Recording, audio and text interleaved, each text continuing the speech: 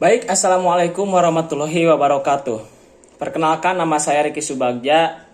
Saya dari kelas 2D Penjas NPM 192191152. Di sini saya akan menjelaskan dan memaparkan sedikit tentang konsep pengembangan kurikulum Penjas.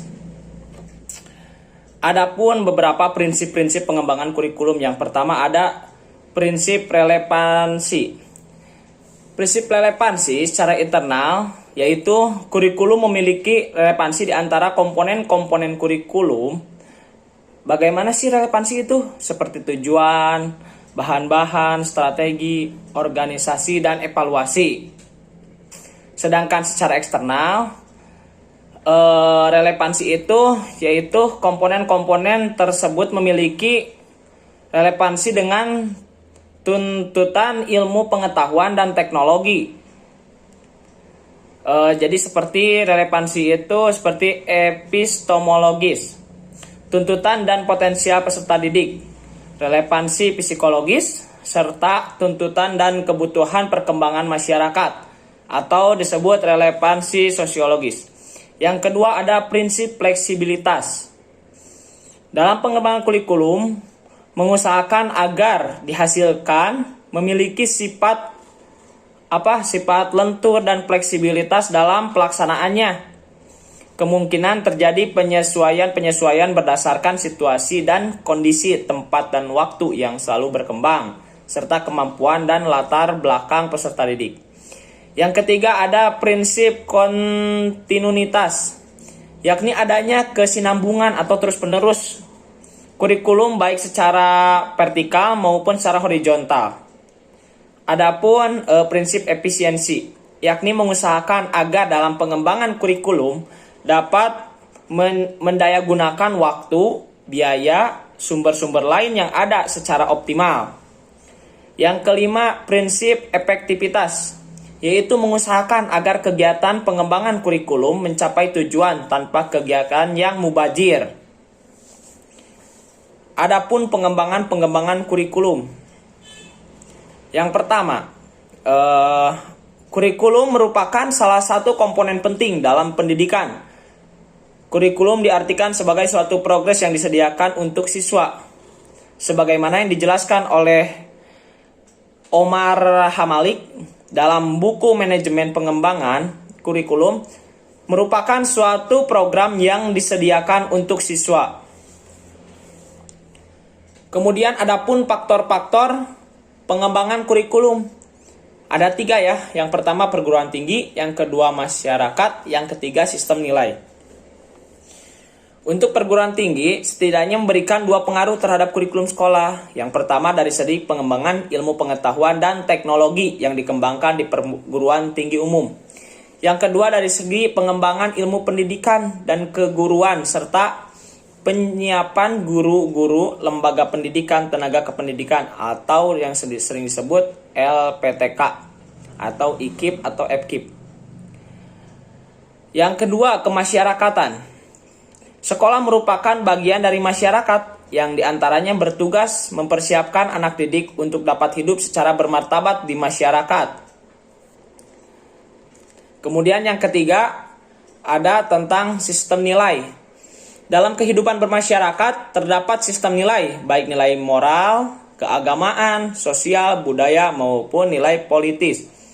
Ada beberapa hal yang perlu diperhatikan dalam mengakomodasi sebagai nilai yang tumbuh di masyarakat dalam kurikulum sekolah, diantaranya mengetahui dan memperhatikan semua nilai yang ada dalam masyarakat, berpegang pada prinsip demokratis, etis, dan moral, berusaha menjadi dirinya sebagai teladan dan patut ditiru.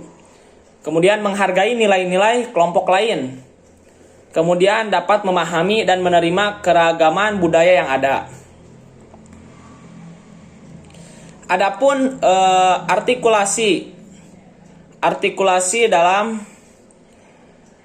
dan hambatan kurikulum. Artikulasi dalam pendidikan berarti kesatu paduan dan koordinasi segala pengalaman belajar. Untuk merealisasikan artikulasi kurikulum, perlu meneliti kurikulum secara menyeluruh, membuang hal-hal yang tidak diperlukan. Tanpa artikulasi akan terdapat kegamangan baik dalam isi, metode, maupun perhatian terhadap perkembangan anak. Untuk menyusun artikulasi kurikulum diperlukan kerjasama dari berbagai pihak, yaitu para administrator pendidikan, kepala sekolah, TK sampai rektor universitas, baik itu guru-guru dan setiap jenjang pendidikan. Kemudian orang tua murid dan tokoh-tokoh masyarakat lainnya. Hambatan pertama terletak pada guru. Guru kurang berpartisipasi dalam pengembangan kurikulum. Hal itu disebabkan beberapa hal, yaitu kurangnya waktu, kekurang sesuaian pendapat baik dengan kepala sekolah maupun dengan guru lainnya atau dengan administrator.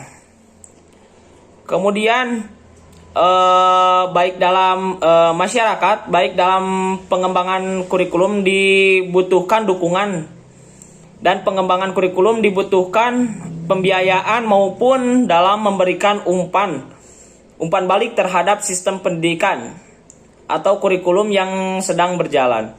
Kurikulum juga memerlukan fakta dan pemikiran dari masyarakat. Dalam segi pembiayaan, kurikulum juga membutuhkan biaya dalam kaitannya dengan kegiatan eksperimen, baik metode, isi, ataupun sistem secara keseluruhan. Adapun yang kelima, model-model pengembangan kurikulum. Yang pertama ada the administrative atau line staff model. Merupakan pada penghambat kurikulum yang paling awal dan mungkin yang paling dikenal. Diberi nama model administratif atau line staff karena inisiatif dan gagasan pengembangan datang dari para administrator pendidikan dan menggunakan prosedur administrasi dengan wewenang administrasinya. Kemudian ada yang kedua, the grassroots model. Model pengembangan ini merupakan lawan dari model pertama. Bisa dikatakan model administratif bersifat top down atau atasan dan bawahan, sedangkan model grassroots adalah bottom and up atau dari bawah ke atas. Inisiatif dan upaya pengembangan kurikulum bukan datang dari atas tetapi datang dari bawah, yaitu dari guru-guru atau sekolah. Model pengembangan kurikulum yang pertama digunakan dalam sistem pengelolaan pendidikan atau kurikulum yang bersifat sentralisasi, sedangkan grassroots model akan berkembang dalam sistem pendidikan yang bersifat desentralisasi. Kemudian yang ketiga yaitu Bauhaus system. Pengembangan kurikulum dengan menggunakan metode Bauhaus system memiliki 5 bagian pembuatan keputusan. Yang pertama, menetapkan arena atau lingkup wilayah yang akan dicakup oleh kurikulum tersebut. Apakah suatu sekolah, kecamatan, kabupaten, atau seluruh negara. Yang kedua, menetapkan personalia, yaitu siapa-siapa yang turut serta terlibat dalam pengembangan kurikulum. Adapun 4 kategori yang turut berpartisipasi. Yang pertama, para ahli pendidikan atau kurikulum. Yang kedua, para ahli pendidikan dari perguruan tinggi atau sekolah. Yang ketiga, para profesional dalam sistem pendidikan. Yang keempat, profesional lain atau tokoh-tokoh masyarakat. Kemudian yang keempat ada Tabas Invens model.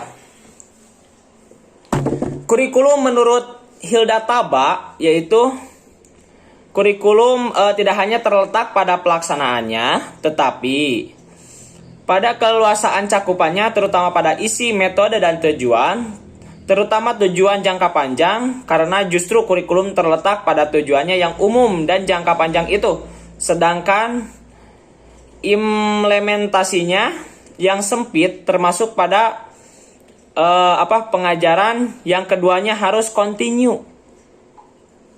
Kemudian yang kelima ada demonstration model. Demonstration model pada dasarnya bersifat grassroots yang seperti tadi yang nomor 2, datang dari bawah. Model ini diprakarsai oleh sekelompok guru atau sekolah atau sekelompok guru bekerja sama dengan ahli yang bermaksud mengadakan perbaikan kurikulum. Menurut Smith, Stanley, dan Source, ada 2 variasi model demonstrasi ini. Yang pertama, sekelompok guru dari satu sekolah atau beberapa sekolah ditunjuk untuk melaksanakan suatu percobaan tentang pengembangan kurikulum. Yang kedua, kurang bersifat formal. Beberapa guru yang merasa kurang puas dengan kurikulum yang ada mencoba mengembangkan penelitian dan mengembangkan sendiri.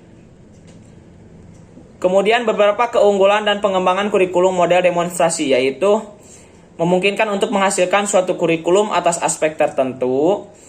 Yang kedua, jika dilakukan dalam skala kecil, resistensi dari administrator kemungkinan relatif kecil dibandingkan dengan perubahan yang berskala besar. 3. Dapat menembus hambatan yang sering dialami, yaitu dokumen kurikulumnya bagus tetapi pelaksanaan tidak ada. Yang keempat, menetapkan guru sebagai pengambil inisiatif yang dapat menjadi pendorong bagi para administrator untuk mengembangkan program baru. Yang keenam ada